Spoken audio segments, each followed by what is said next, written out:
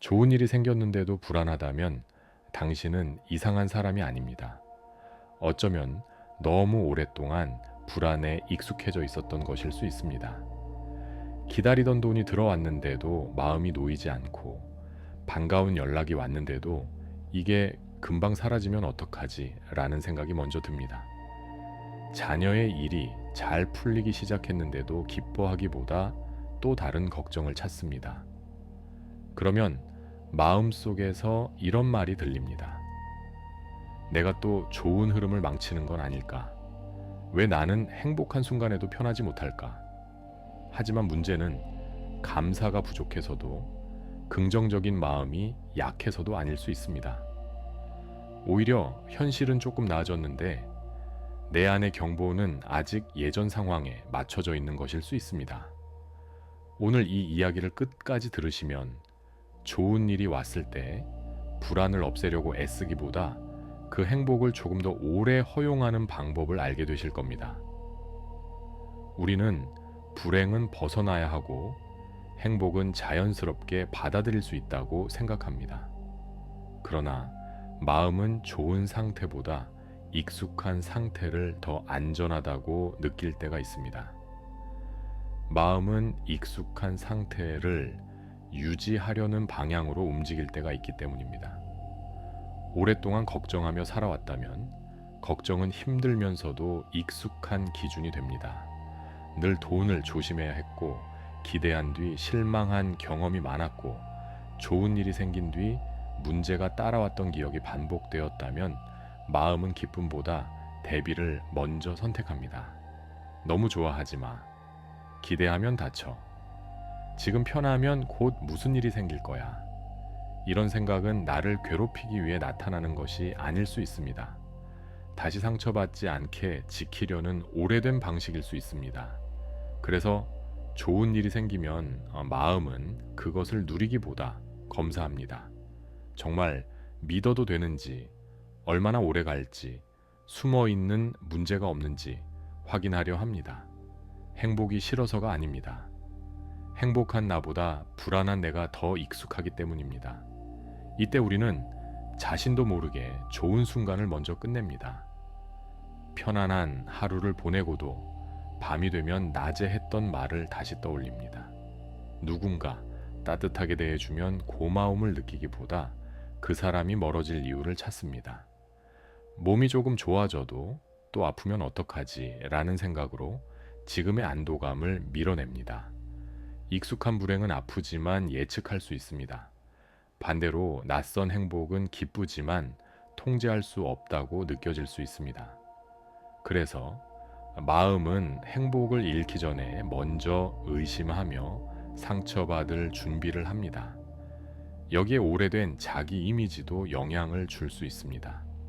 나는 늘 기회를 놓치는 사람이라고 생각해 왔는데 좋은 제안이 오거나 나는 언제나 부족하다고 믿어왔는데 여유가 생기거나 관계는 결국 멀어진다고 여겼는데 누군가 꾸준히 곁을 지켜주면 기존의 내 대한 믿음이 흔들립니다. 그러면 마음은 새로운 현실을 받아들이기보다 예전의 나로 돌아갈 이유를 찾습니다. 이번에도 별 수 없을 거야. 나한테 이런 일이 오래 갈 리 없어. 괜히 기대하지 말자. 때로는 행복 뒤에 죄책감이 붙기도 합니다. 내가 편안하면 누군가에게 미안한 것 같고 내가 잘 되면 곧 대가를 치러야 할 것 같고 너무 기뻐하면 자만하는 사람처럼 느껴집니다. 그래서 좋은 일이 생긴 순간에도 기쁨의 크기를 스스로 줄입니다. 그러나 미리 불안해한다고 나쁜 일을 막을 수 있는 것은 아닙니다. 기쁨을 줄인다고 미래의 상처가 줄어드는 것도 아닙니다. 오히려 지금 누릴 수 있는 평온만 먼저 포기하게 됩니다. 불안은 미래를 준비하는 것처럼 보이지만 때로는 아직 일어나지 않은 일을 오늘의 감정으로 미리 치르는 방식이 됩니다. 여기서 가장 중요한 반전이 있습니다. 행복을 오래 느끼지 못한다고 해서 행복할 자격이 없는 것이 아닙니다.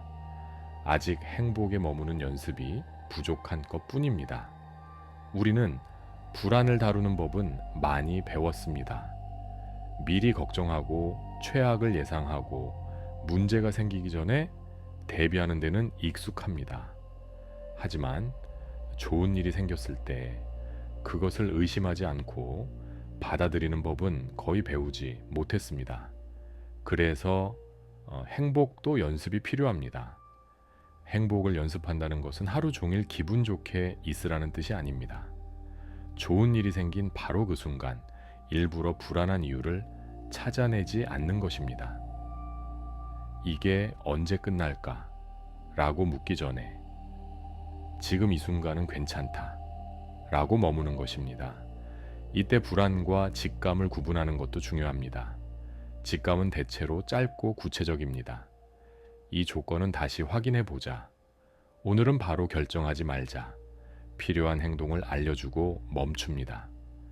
반면 익숙한 불안은 답을 주지 않은 채 같은 질문을 반복합니다. 혹시 잘못되면 어떡하지? 이게 다 사라지면 어떡하지? 그리고 계속 결과를 감시하게 만듭니다.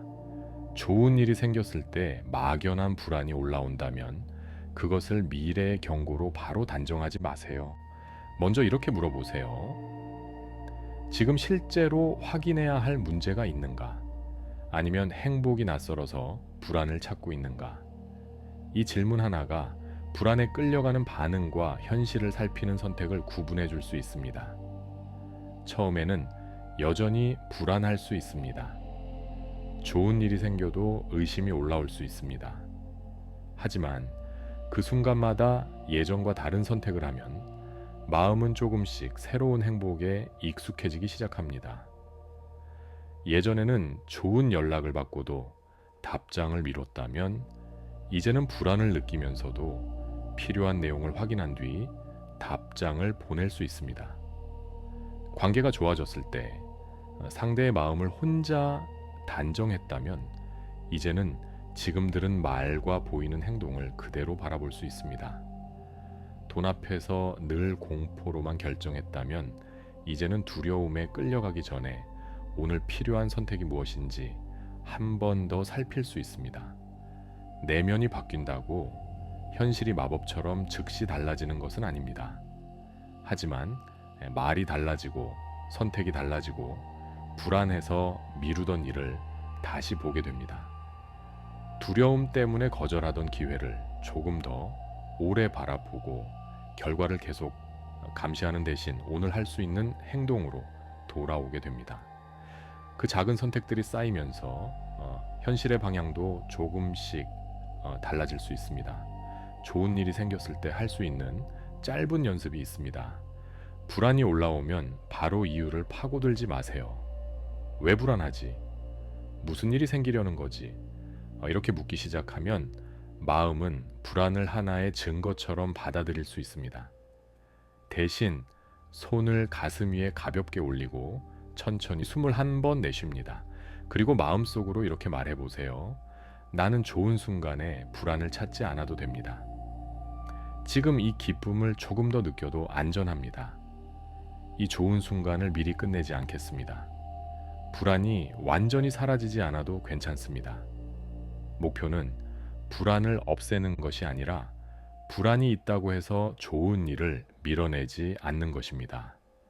그 다음에는 아주 작은 행동 하나를 선택하세요. 좋은 제안이 왔다면 불안 속에서 결론부터 내리지 말고 필요한 질문을 적어봅니다. 관계가 편안해졌다면 상대가 떠날 이유를 찾기보다 지금 고마웠던 행동을 그대로 받아들입니다.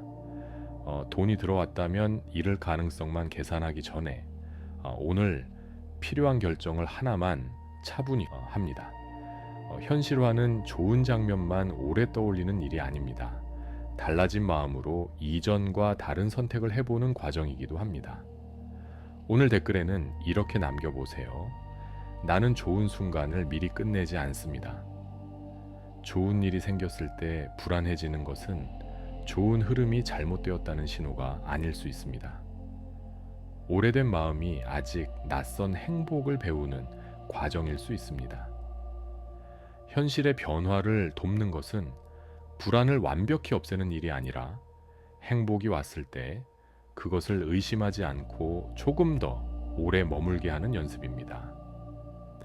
행복은 붙잡아야만 유지되는 것이 아닙니다. 때로는 불안을 찾지 않는 것만으로도 우리는 새로운 현실에 머무는 사람이 되어 갑니다. 그리고 그 연습이 반복될수록 행복은 더 이상 낯선 손님이 아니라 자연스러운 일상이 되어 갑니다. 오늘도 함께 해주셔서 감사합니다. 당신의 좋은 순간을 스스로 먼저 끝내지 않는 하루가 되시길 바랍니다. 감사합니다.